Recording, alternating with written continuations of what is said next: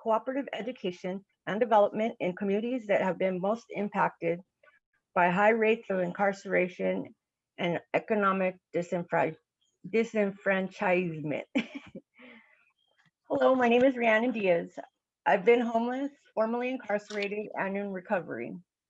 After getting out of incarceration, I was able to get into a program called Office of Diversion and Reentry, where I was able to get into supportive housing. After being a year in my supportive housing, I got into a program called Speak Up, where I became an advocate for homelessness. After being an advocate for 2 years, I became an intern at the Corporation of Supportive Housing, where I worked with my partner Lorraine Cantley, who then brought in a flyer for Collective Remake, which taught me the values and principles of business, cooperative business. Sorry. From there, I was interested and drawn to know more. I ended up completing the course, which was held on Saturdays, and now I'm in a co-op project to build a startup team consulting cooperation. Now I'd like to introduce my partner and consulting co-op and fellow advocate, Zandre Johnson. Good morning, everyone. I'm so happy that you all are here, and it's an honor to be doing this with you all. My story begins with once upon a time in the city of Los Angeles, a girl was born to a single mother who knew that growing up in poverty and racism would become her little girl's best friend. I am that little girl. Today I am 63 years old, and I could remember growing up like it was yesterday. I dealt with a lot of sadness and no plans for the future. At the age of 14, my only way I thought was to be jumped into a Los Angeles gang in my neighborhood. Wow. I felt that that was the only way that I could help my mother in her marriage to a man who had no love for me. I supported her behind his back, and this was my choice, which led me down a road for 2 decades, living in and out of the injustice system and homelessness. I fought hard to change the narrative of my life, and today I am a Speak Up advocate for all the systems that failed me and as I was growing up. I stand strong and I believe that there is a good world, and I must be patient to receive the beauty of life that I have now. Last year, I was introduced to a cohort called Collective Remake. My friend and my partner, Lorraine Catley, by her. I started out without knowing the meaning, and today I am a trainer in a webinar on the principle and values of cooperative co-op. My future has now become as bright as the sun, and I'm looking forward to opening up a consulting co-op with my partner, Lorraine and Rihanna. Mother passed away, but I know she would be very, very proud of me and the choices that I've made today. And now I'd like to pass it on to Lorraine Cantley. Thank you so much, Zandre. And I too know that your mom would be very proud, as I am very proud of you and all the amazing efforts and achievements that you've been a part of since we've known each other and before and what's to come, right? So I'm Lorraine Cantley, and growing up in South LA during the 80s exposed me to a lot of the pains of historical disparities faced by people of color. Now, this is due to systemic and institutional racism, and that led me to my work today as a social justice activist. After surviving childhood trauma, domestic abuse, homelessness, and the impacts of the criminal injustice system, I had firsthand experience with the challenges to secure economic stability for myself and my children. And I just want, on that note, I have a little fella, and he's always my my special guest. So if he pops in, just know that that's my little fella. So in 2017, I participated in the Corporation for Supportive Housing Speak Up program. And in that Speak Up program, I was able to be introduced and to build relationships to amazing people such as Zandre and Rhiannon. Also in 2017, I met Mary, where I began my journey with Collective Remake Education and Training Series. And that's where I gained a new hope for opportunities to gain income and to become a business owner and do it in a way that's collaborative, not in a way that's competitive, with like-minded people who care for the community and have been faced with similar hardships and structural barriers like myself. Collective Remake has educated me and my partners on the history, the values, the principles, and the benefits and the purposes of co-ops. Cooperatives are now where we are seeing this great opportunity for economic independence. And so me and my consulting partners, we're in the startup phase, and we're doing it with the support of Collective Remake. Now I'm going to turn it over to Anissa, who has been a great help in our journey with Collective Remake and as we continue in the startup phase of our consulting co-op. Well, thank you, Larry. Yes, my name is Anissa, and I'm with Collective Remakes, sort of from the very conception of the idea. Namely, Mary and I met in graduate school, and where Mary actually introduced me to the idea, which I was in such a big support, because I think it's unfortunately, a good idea at a good time. And I say unfortunately because that, in our society, we have to actually such shameful problems as injustice. That said, I then after Mary created actually Collective Remakes as a part of the graduate capstone, I supported it in different ways, and sometimes volunteering, sometimes presenting on sustainability. Sometimes actually Mary invited me to be a community partner. And then eventually, since last year, I've been part of the administrative tasks for the organization and helping with webinars such as this one. And now I'm going to turn it over to Mary, founder of Collective Remakes, as I mentioned, and she will tell you more about herself and Collective Remakes. Hi, everybody, and thank you for being here. I'm really excited and a little nervous, and I think we have all the technical issues worked out. Like Anissa said, I created a Collective Remake as part of the Urban Sustainability Program, my final project in that at Antioch University. I'm going to share the screen with you now and start the presentation. I have been an activist most of my life, and okay, wait a second here. I've worked in different social movements to that challenge social inequities and systematic racism at home in the United States and abroad. I was involved in the anti-apartheid movement in Minnesota for over 15 years. We raised material aid. We did community presentations. We gave presentations at churches, schools, to educate people about the illegal segregation in apartheid South Africa. I don't know if you're aware, but the apartheid regime and the apartheid laws in South Africa were modeled after the Jim Crow laws in the United States.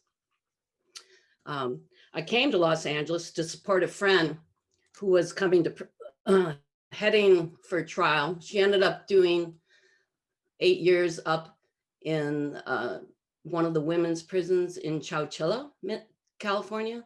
At the time, it was one of the largest women's prisons in the world. The other largest women's prison in the world was right across the street. This experience going up to visit my friend over 8 years and bringing her mother and going up and staying in hotels and seeing the women in the visiting rooms, usually mostly the same women when we would go visit head visitors. And we knew that there were almost 4,000 women in each of those prisons at the time. So many of those women were alone and abandoned. And I began to understand the devastation and destruction of families whole communities, and the costs, and the complete breakdown of communities that the extraction of people and the mass incarceration had created. So I was involved in the movements in Los Angeles for over a decade to stop prison and jail expansion, both in the state of California and jail expansion here in Los Angeles County. And we also made demands to reinvest resources back into the communities that had been devastated through this mass incarceration. Oops. So, like Anissa said,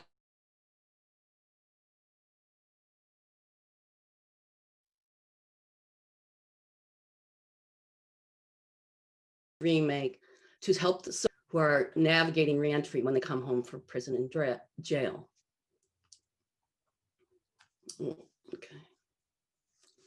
Most of you realize that the United States has the largest prison population in the world.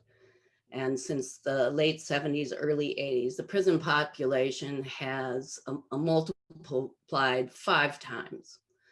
And I'm showing this image of the film 13th. If you haven't seen it on Netflix, 13th refers to the 13th Amendment, which ended slavery, except for people that were incarcerated.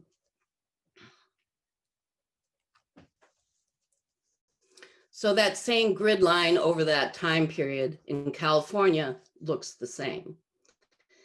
In the California state prison system, from 1980 to 2007, the population grew from 20,000 to over 180,000 individuals locked up. In that same time period, California built 22 new state prisons and 1 university. And in that same time period, they filled every single one of those prisons up, double their capacity. In the same time frame, California, and I'm sure across the country, education fees and higher education, community colleges, universities across the board went up on that same grid line at the same rate. If you flip that grid line upside down, the disinvestment from K through 12 education happened in California. California was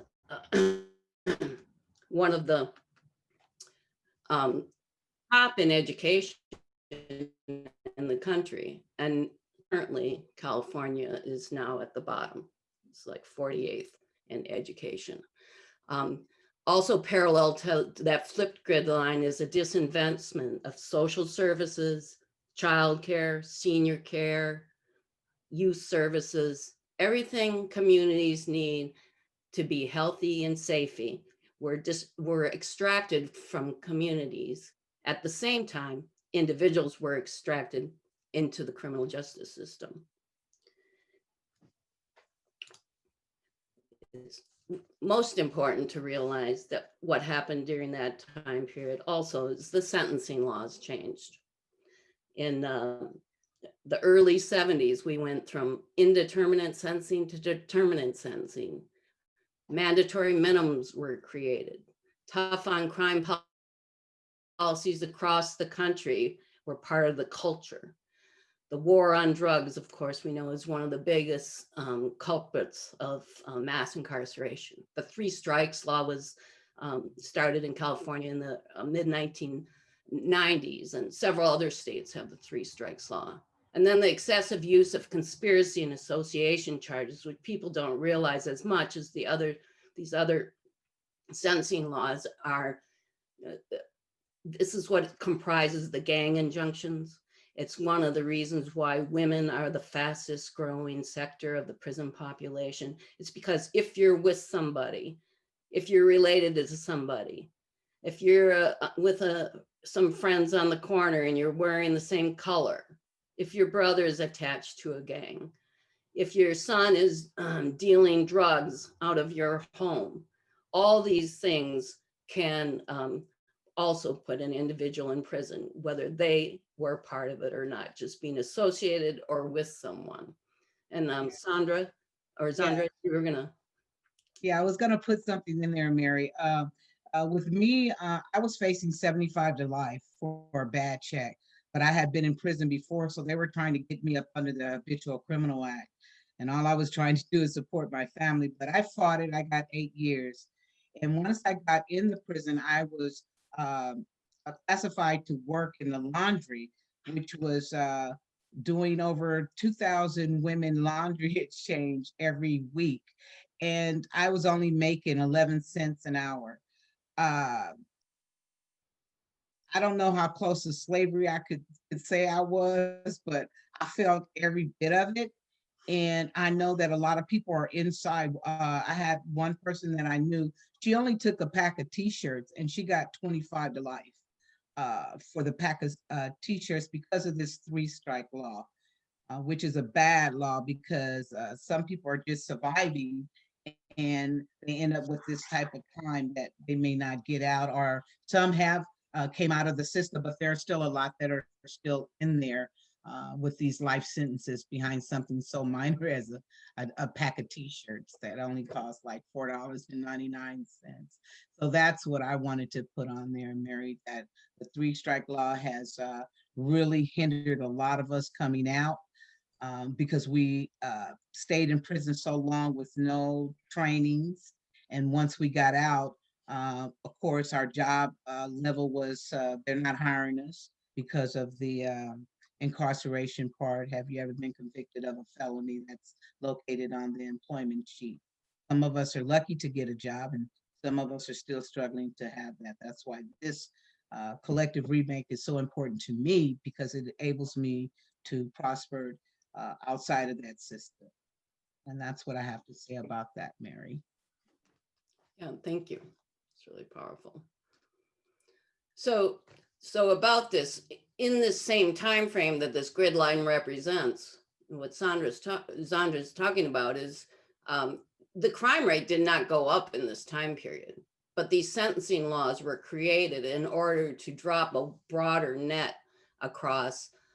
And what we know now is poor communities and communities of color and other people that are disenfranchised and pushed to the edge of the economy, like the LGBTQ community and elder people and people with disabilities and mental disability.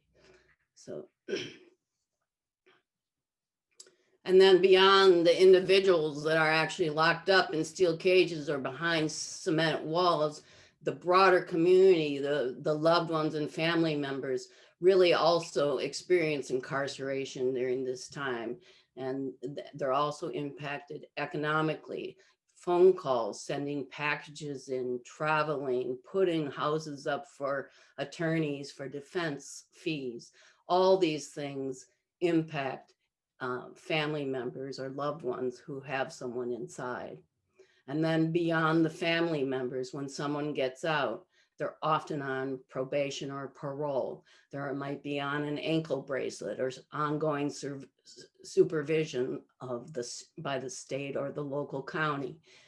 So when we're talking about the number of people in this country that are still under the thumb of the policing system locally and nationwide, we're really talking between 7 million and 10 million people at this time, I would imagine. So, and of course, this grid line, and this sets the context for why cooperatives, right? In the same context, money has been extracted in a huge disproportionate way to the 1% up on Wall Street. And that includes the way the prisons are funded, includes the general economy. And in LA, we can see disparities like that when we talk about realignment.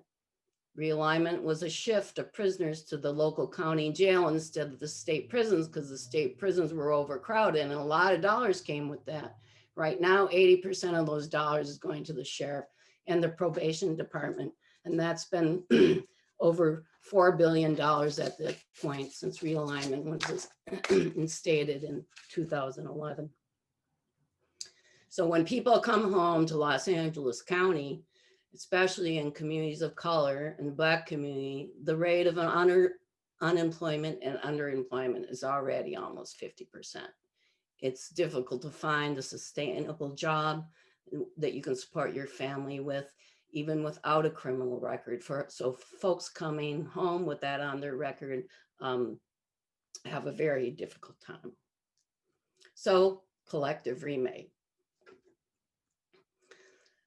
Collective Remake is initially supporting the development of worker cooperatives. Worker cooperatives are for-profit businesses, can be any kind of business, but they have a democratic structure. But the workers control the organization. Every worker has a vote. Every worker has a voice. There is no one boss. Workers invest in and own the business together. If there's profits, or in cooperatives, we call them surpluses, there's distributed to the worker owners or back into the business. Profits do not go to an outside investor or to stockholders. Your work in a worker cooperative, your work, and this is the key difference between worker cooperatives and other kind of cooperatives, which Anissa will talk about in a little bit. But in a worker cooperative, your work and the fruits of your labor belong to you. They don't belong to someone else. You're not just working for your hourly rate, you're working because you own the business. And worker cooperatives build local community wealth. So now we're going to be talking about the cooperative values and principles. This is one of the key differences from a regular business too, that cooperatives, like Collective Remake, adhere to a set of values and principles that make the work experience and the concept different from actual businesses. So, I believe it's Rhiannon.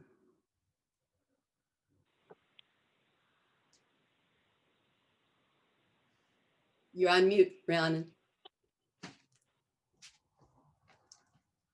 Okay. Sorry about that. The first value I'm going to go over is democracy. Democracy, this is the value that is important because it promotes inclusion and equality between the members of the co-op. This means the right for each member to have a say on or vote on what goes on in the cooperative. One person, one vote.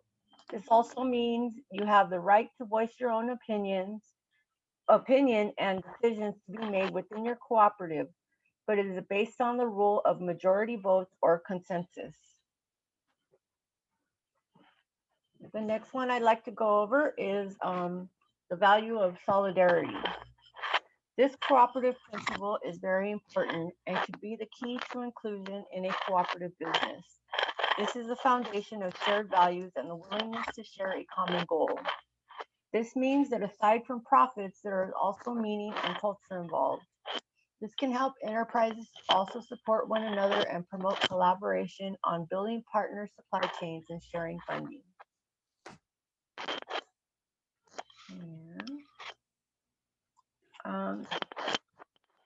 I'd like to hand it off to Zandre.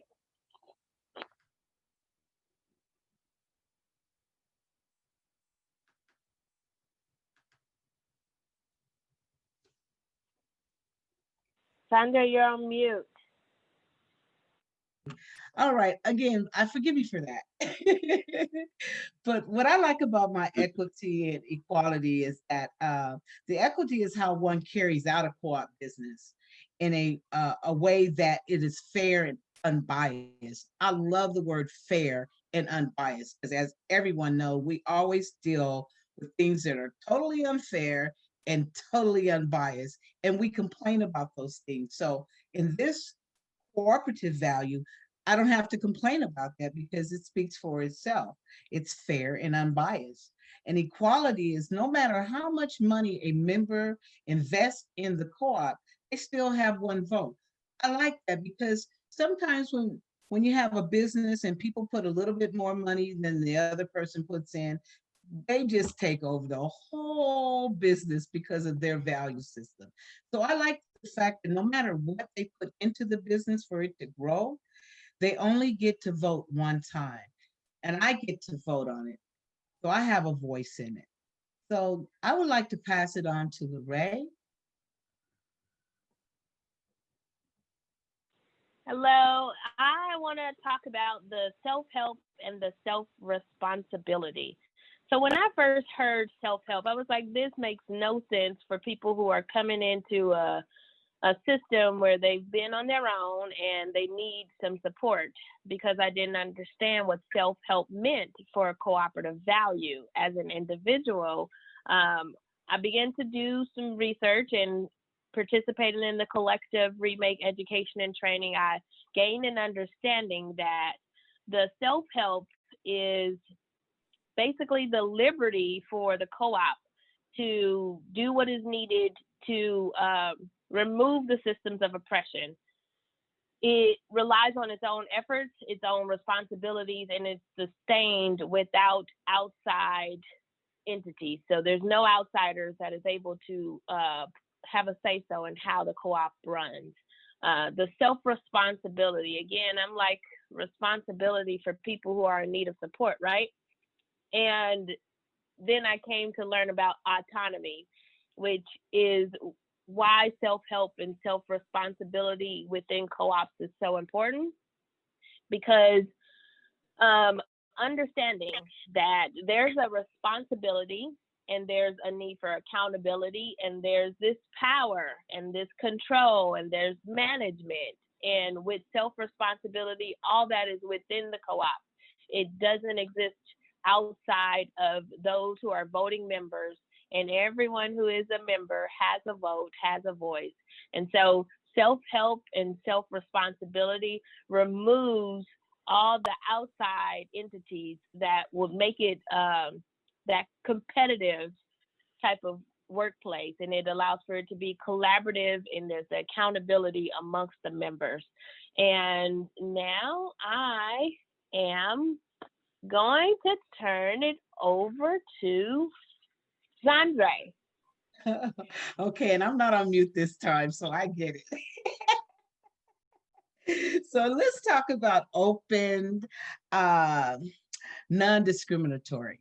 Now, again, see, I'm liking everything. Matter of fact, I use the word love everything collective stands for, because when they talk about no matter what race, no matter what religion, no matter what gender, no matter what economic circumstances, I can find myself and finally be in something without prejudice with hope. I like that feeling. I mean, I really like that feeling. And it's open to, like I said, to all people. There's just, it's a beautiful world where everybody can participate in growth and having a fruit of this life that we call life. It's important. Yeah, it's very important. And also I'd like to talk about democratic control. With democratic control, uh, I like the fact that each member of this organization can control their own feelings. Like, you don't have to have people to say you need to feel like this. I love the fact that my decision is important and being made and put into the input of this collective going through. And I also feel that it's very important that each individual involved in anything have a point of view. Like, a lot of people don't allow you to have a point of view. Like when you're trying to say, this is what I think, they've already came to the conclusion that this is what I think, and that's the way it's going to be. So I like the fact that I have a voice. You know, it's important because when you're locked up in incarceration type of life, you don't have a choice. You don't have a voice. You don't have a democratic system. You don't have a member control. You don't have anything that deals with being self responsible. You know, it just doesn't give you that responsibility. So I'm happy for the democratic control for their members. I'm very happy about that. And now I'd like to pass it on to Lorraine.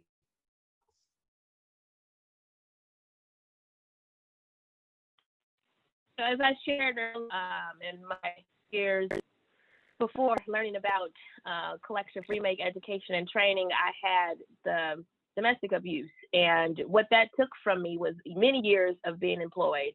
And when I think of the principle number 3, the members' economic participation, and how that allowed for me to have some sort of value in the collective, in the co-op model, right? So I think about people who are coming in with, they have their skills, their gifts, their abilities, things that they probably do with their families, things that they probably do on a day-to-day basis, but they may not have the collateral. They might not have the actual fund as capital. Well, the great thing about member economic participation, you bring what you can. And so I like to think of it as a sense of a potluck. Who doesn't love eating, right? Everyone that I know enjoys a good meal. So when you think of a feast or a potluck and the components that it takes to make this feast happen in a way that's successful, there's several components that goes into it, right? You have those that know how to make the decorations, those that knows who to invite, how to send out invites, those that know how to set the table, those who bring the side dishes, those who make really great desserts, those who make the good meats. And when you bring all these components together, then you have a successful feast. And like Mary brought up about the surplus. So when it comes to your co-op actually starting to bring in funds, the funds go back into the co-op, making sure that the co-op is sustainable, making sure that the individuals are sustained as workers within the co-op. And just to bring it back to the goodness of people coming together and enjoying a feast, you always need some entertainment. And just to plug it in, if you want some spoken word, I can do that too. And now I'm going to pass it on over to Rhiannon.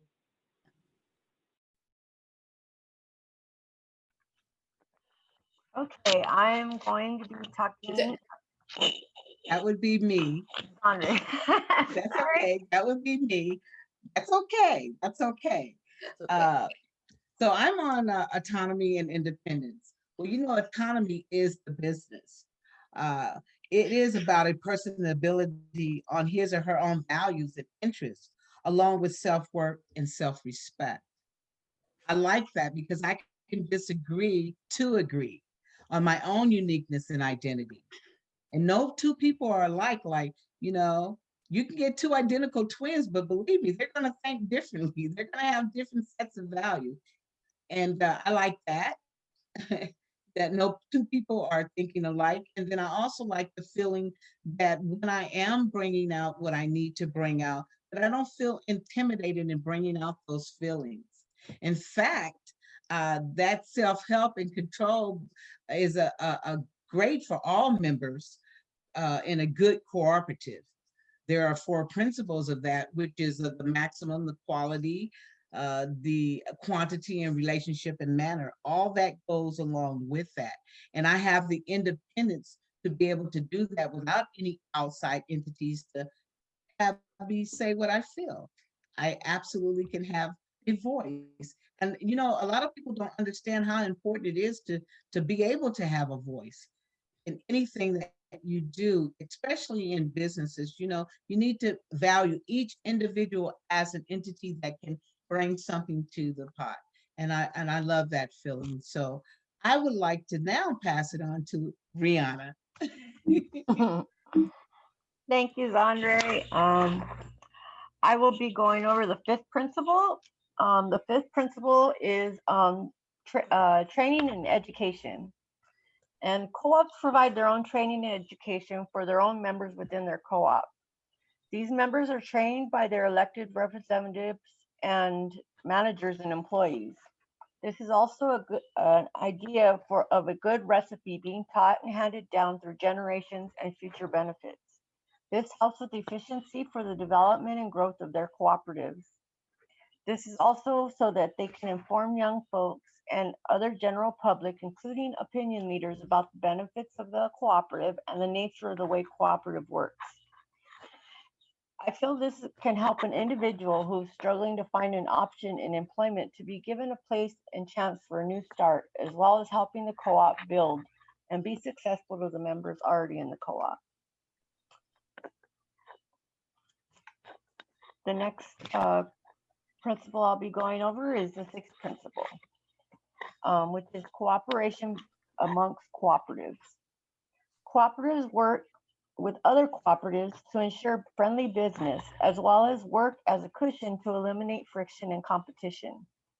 This helps to boost more effectiveness for the social and community needs, as well as promote the cooperative structure in a non-discriminatory environment by removing capital and bringing more collaboration, which can help bring down oppression.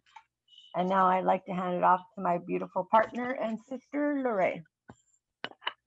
I love it. Thank you all for allowing for us to be human in this moment. I'm about to go over principle number 7, which is concern for the community, which I have had a great experience with the concern that we have for one another within our time together here in Collective Remake, and the education that allows for us to buy into these valuables and these principles.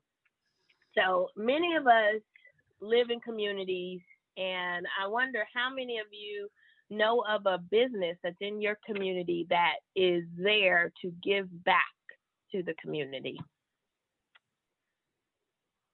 I love the silence because I don't know too many myself either. So in my experience growing up in the 80s, most of the businesses, and even now today, most of the businesses extract from the community. They take from the community, leaving the community to tend to itself, to fend for itself. That affects the schools, that affects the residents, and that affects the sustainability of the environment of the community as a whole. So with the co-op principle number 7, there's a responsibility for the co-op to sustain the individual, the business, the community, and the environment. This way, society as a whole is taken into account and it's cared for, and there's longevity so that our generations to come can be able to benefit from all the greatness of bringing things into the community instead of taking things out of. And what better way to have it? Now I'm going to turn it over to Mary. Yes, thank you. And that set of values and principles was adopted by the International Cooperative Alliance back in the 1990s, but they were developed by a group of intellectuals and weavers, laborers back in the early 1800s. And those principles and values is what universally are accepted by most cooperatives around the world, with some adaptations depending on the community they're in and the people they're serving. So Collective Remake not only adheres to the cooperative principles and values, we also adhere to the principles of sustainability. And just to put that in a nutshell, is that when we are focused on the social welfare, the economic welfare, and the environmental welfare all at the same time. Where those intersect is where we'll find well-being in a whole way for the community. So now Anissa is going to be talking about other kinds of cooperatives who also adhere to the principles and values, but there are different formats. Anissa, thanks. Yes, thank you, Mary. So similarly to businesses, the co-ops can have a different orientation, and we can also find them in different industries. And here are sort of, so to say, most common types of co-ops, and some local ones that I will mention. Such as consumer cooperatives. And we have in the LA area, we have in actually SOLA, which is a South LA food cooperative where people can go, or Co-opportunity, which is a grocery store in Santa Monica in Culver City. And the members can actually get their groceries at a lower rate and better quality. Then producer cooperatives, and as you can see on the slide, the Organic Valley, the milk you may have seen in your grocery store somewhere. It's a cooperative of farmers that they join together so they can actually share their expenses and strategies for marketing and sale. This way they can reach further for the market. Actually, it doesn't have to be just a local, and gives them basically like a better access and for a lower cost. Financial cooperatives, we have in LA, Los Angeles Federal Credit Union. It's basically banks that allow their members to have a better rates, better credits. I mean, a lower rates when you take the credits. Housing co-ops, we have in LA, Los Angeles Eco Village, where people actually can have, I mean, housing co-ops, there are different sorts of them, and each of these can be different sorts.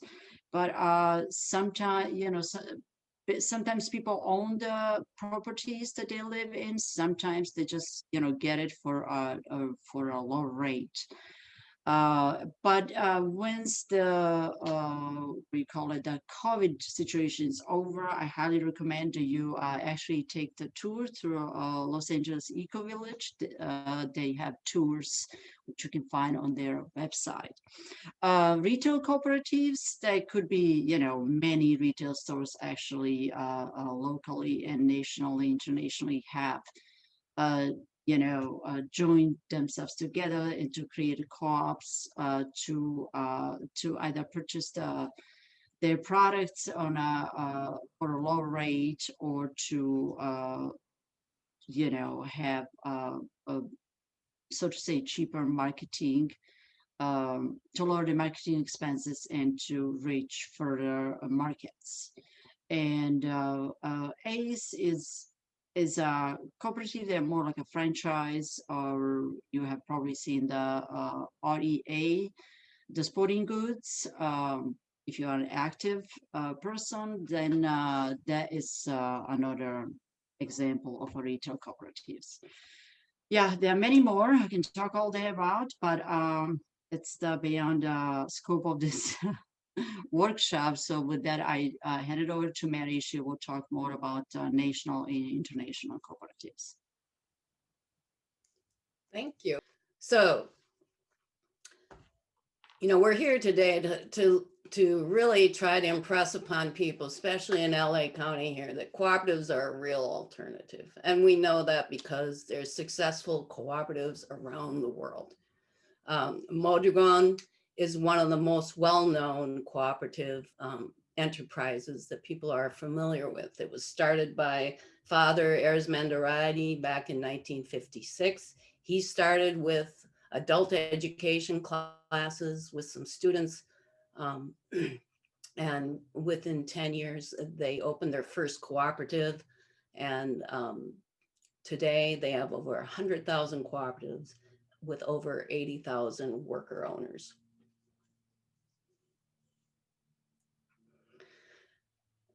And the Mojogon cooperatives have influenced the development of cooperatives around the world today. They still have an academy that people from all over the world attend to be inspired by and learn about the structures and how to expand and duplicate successful cooperative businesses. Father A.J. McKnight was another priest who was educated up in Nova Scotia, in the Antigonish, Nova Scotia. They started a cooperative school there, and he brought it down to Lafayette, Louisiana. And he, along with Carol Zippert and her brother and some other folks from CORE, CORE was down there in place in the South to help register people to vote during the Civil Rights Movement. And these are the people that started the Federation of Southern Cooperatives, which is today one of the most successful, growing. And by successful, I mean it's existed for 50 years. It continues to expand. So the Federation of Southern Cooperatives is an example of a cooperative of agricultural businesses, credit unions, and land trusts. The Arizmendi Association of Cooperatives in the San Francisco Bay Area is a cooperative association of cooperatives that are mostly bakeries, but now they've recently opened a construction cooperative and a landscaping cooperative. And they're also now working on a housing cooperative. But all these people have been influenced by each other, from Nova Scotia to Louisiana, from Spain to San Francisco, and now from all this influence to LA.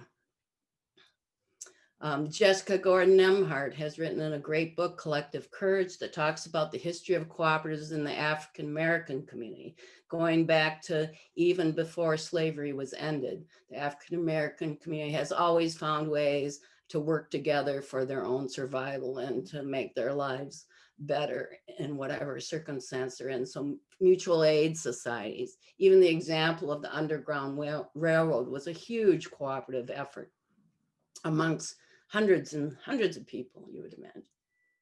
People like W.E.B. Du Bois, Ella Baker, Fannie Lou Hamer, they were all advocates for cooperatives as a solution in the African-American community. And they were all advocates for cooperative education as an ongoing piece of that.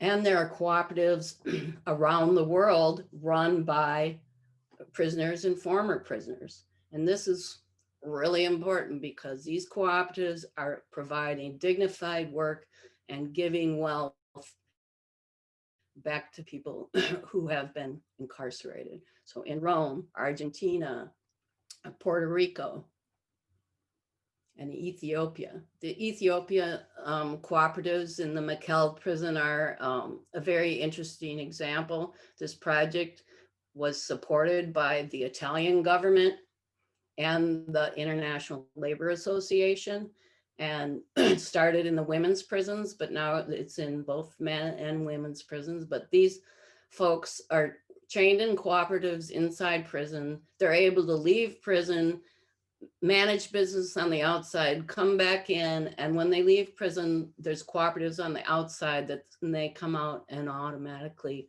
are part of that cooperative. So you can imagine if cooperatives existed in the first place, because we know that most women are incarcerated because of crimes related to poverty and abuse and neglect already. If cooperatives are in the community for people and their families, then we can really limit the need for people being incarcerated.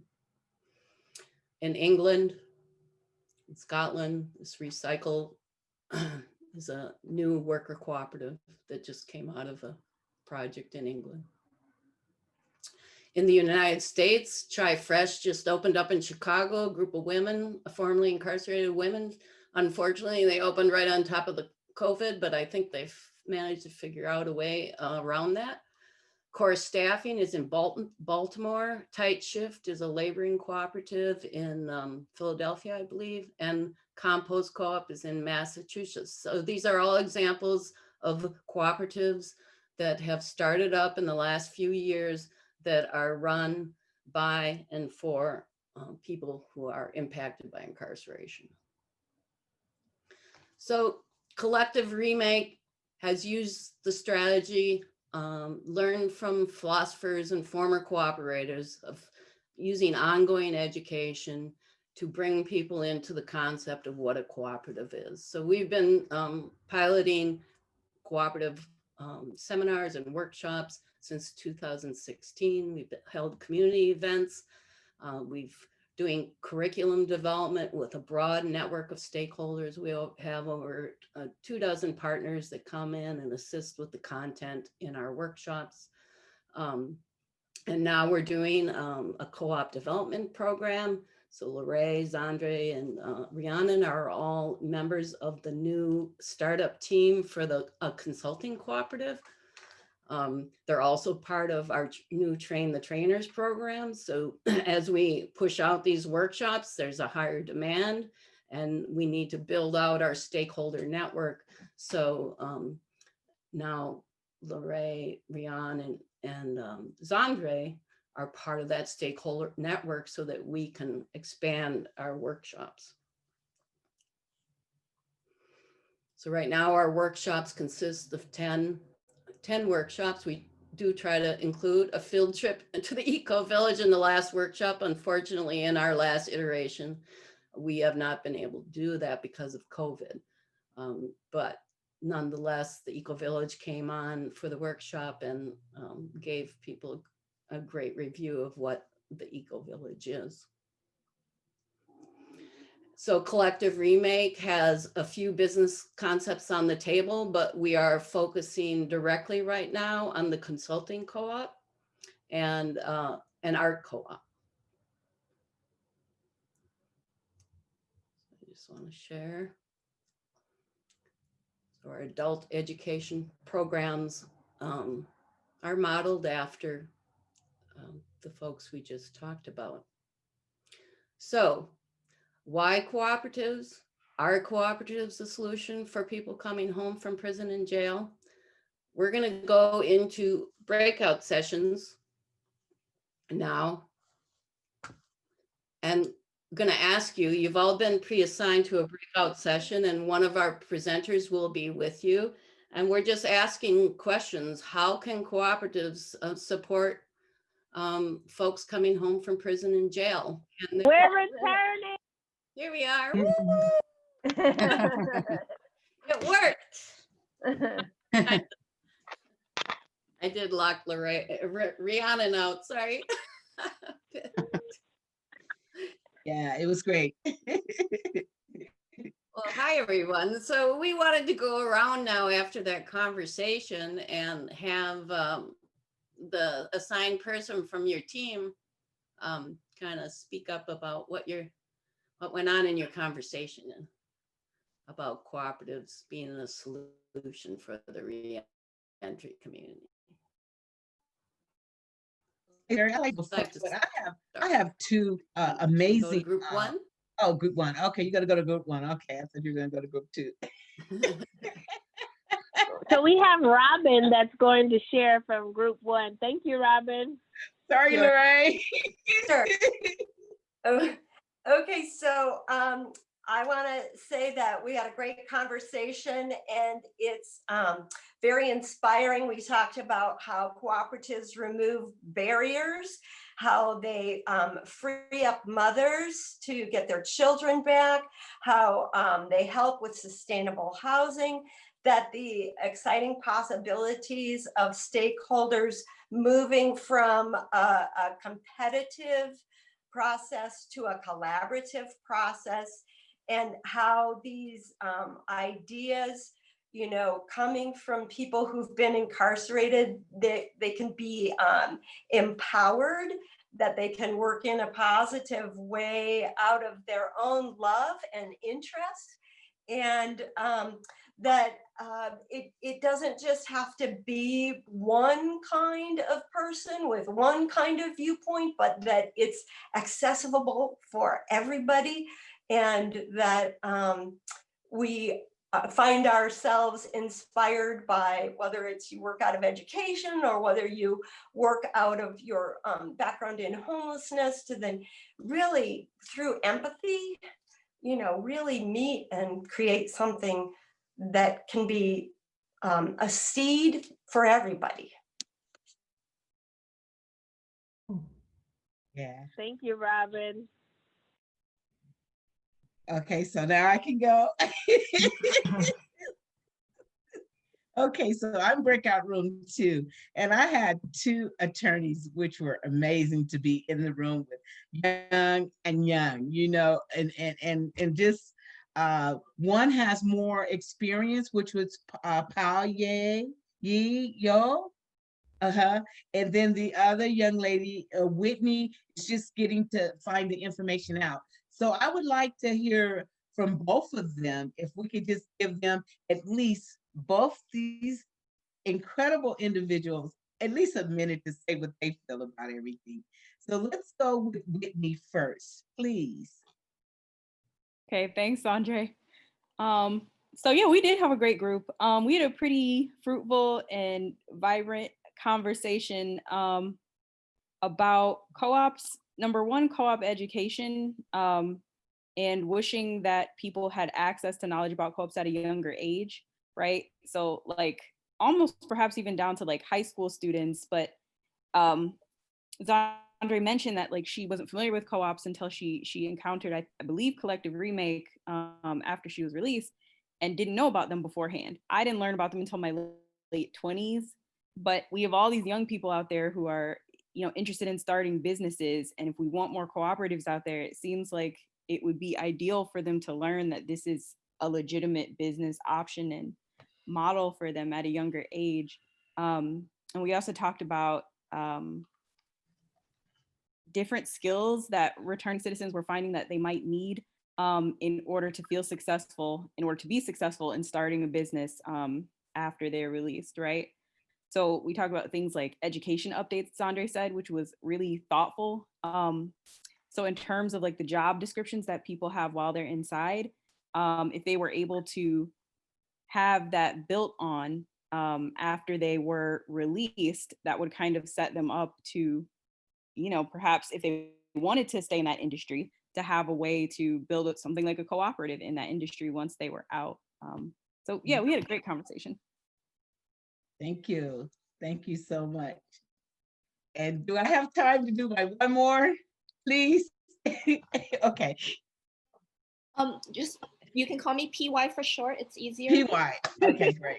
Yeah, I mean, I loved an example that Sandra brought up about a friend up in the San Francisco Bay Area who started like a crime scene investigation kind of cleanup business. And clearly, you know, there is the skill, the talent, the determination there, but like, how do we channel the entrepreneurial instincts into something that can, you know, help more people and bring more people up? So yeah, I mean, I really enjoyed this conversation. Thank you. And that was my group. Thank you both. Now it would be 3, Mary. I was in 3, but nobody showed up for class, so I. Oh, no. It's okay. I piggybacked onto Mary's group, so I'm okay. Maybe you can tell us a little bit about what do you think? Okay, for me, I feel it's a great thing for people that are formerly incarcerated. I know for me, like part of my, you know, part of the reason why I was always so scared or like that I got anxiety was because, you know, in a younger age, you know, I never had kids, and like, so, you know, just got into trouble here and there, and it just it was really hard. Like, and then eventually, like halfway through, I got like I have anxiety and depression, so I I got on Social Security, but for me, like, it was really scary because I was like with the mental disability uh and like past past record, like I would have a hard time finding a job, especially one that I could find sustainable for my I could live a sustainable life. So to me, like collective remake, I mean, I'm still in the intro of it, or in the building, in the startup program, but it was worth a big try for me, because I see hope in it, for people that to have that inclusion that they need after incarceration or whatever happens, so that whatever happens in the past stays in the past and you can move forward. So thank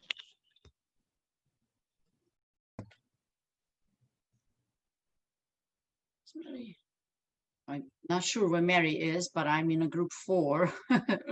And I had a wonderful conversation with Cortez Chandler, and he is actually a part of a Timeless group, which is a organization that is serving the formerly incarcerated people, and is founded by someone who was formerly incarcerated.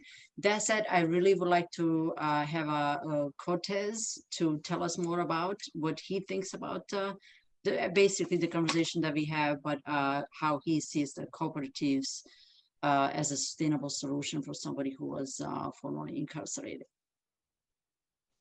Well, I didn't know I was getting thrown under the bus, but sorry. I said that, but no.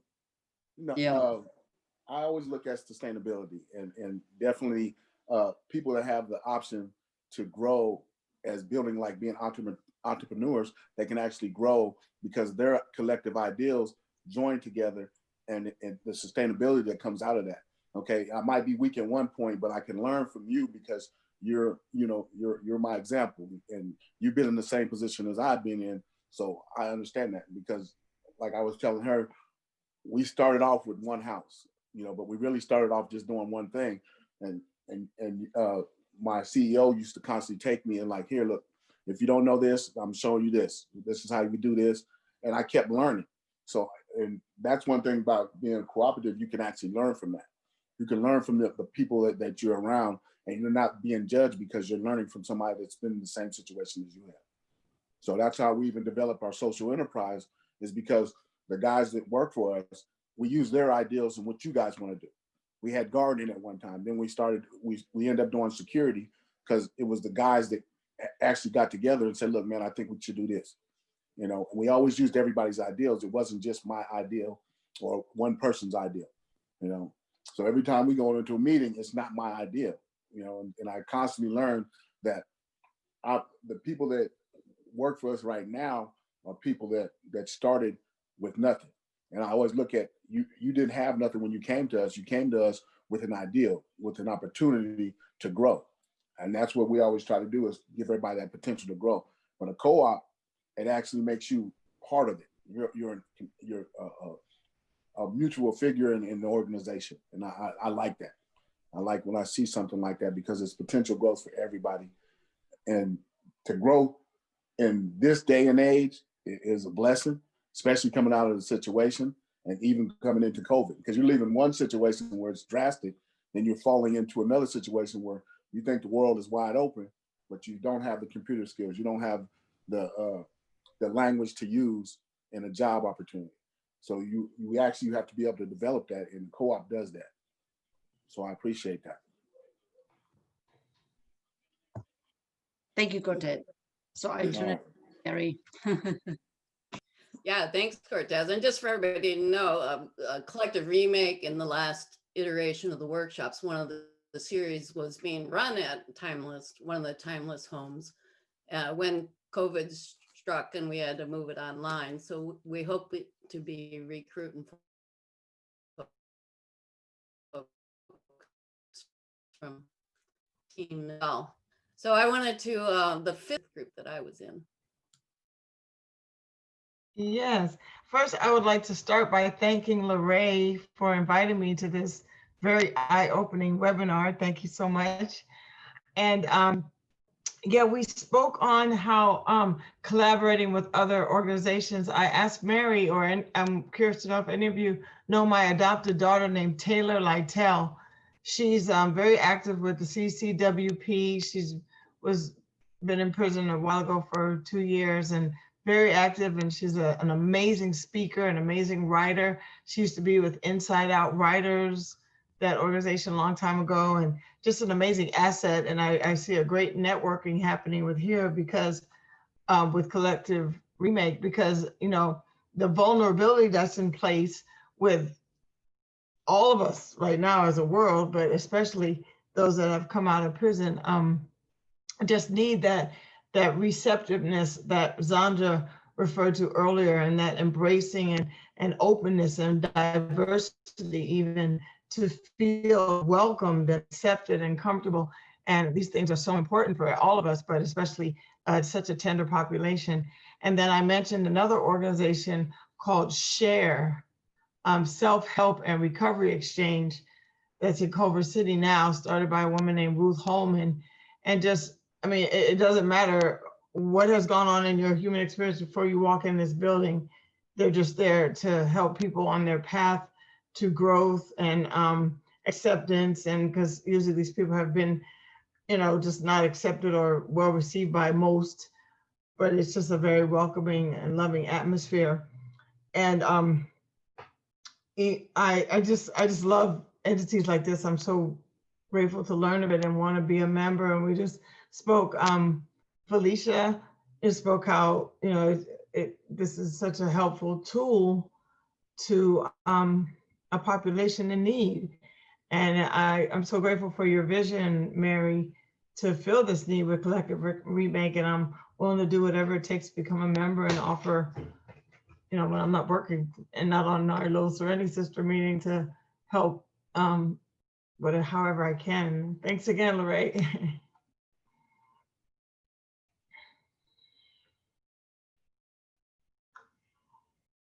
Oh, you're muted, Mary. No, that mute's coming on and off for some reason. Just Yeah. I don't know what. We just have a few minutes left. So if anyone else has something to say, I'd like to give them that opportunity. But first, I wanted to say that we will be sending out a link to the application for the next workshop series, which probably won't start until December, but we are going to start taking applications and recruiting people. So hi, my name is Gustavo. Oh, good. Hi. Hello, everybody. I want to thank everybody for the opportunity to be part of this. But definitely, what came open for me, what opened up for me, was the fact that I know a customer that I work for, and he's an inventor. And every time we get together, we always talk about ideas. And I myself have been coming up with a lot of ideas. I run a small business, and I've been looking to start up another business somewhere. And what this opened up is the fact that I have this connection here that I could co-op with and bring another person or two in to potentially start a business with all kind of new products and offer products. As he comes up with products and I come up with products myself, and what he has offered me is a space to even work in another area. I was looking at the but I think it was 7 principles, and I definitely want to take a look at them, and also want to see hopefully that there is a brochure or a guide in how to do this, because this is rather new for me, but it's definitely something I want to be looking into, and I will appreciate to have been invited here. Thank you. Great. Well, with that too, if people already have a team that have an interest, we will also take on the team independently, you know, and take you through. If you're already there with a business concept, we can go through the workshops with your team. The other ones will be, the other ones we recruit people for, and it's pretty much for people who have been incarcerated. We pay a stipend. But if you got an idea If you've bought into those principles and values, that's what we're looking for. And, you know, we're starting from the ground up, but there's also interest from groups like the Union Co-op Initiative, and some folks in South LA connected to the employment workforce centers that are also interested in cooperatives. So, you know, some of the carpentry unions, the plumbing unions, electricians unions, if we can get this idea out into those spaces, but also insist and mandate that this cooperative education happen. The principles and the values are key, because I see people trying to start cooperatives, but they haven't gone through this, what I consider almost a spiritual level of understanding of what we need to do with each other. So that's why Collective Remake is focused. The first workshops are about just transition, democracy. How do we practice democracy? How do we do consensus? How do you run a participatory meeting so everybody's voice is really heard?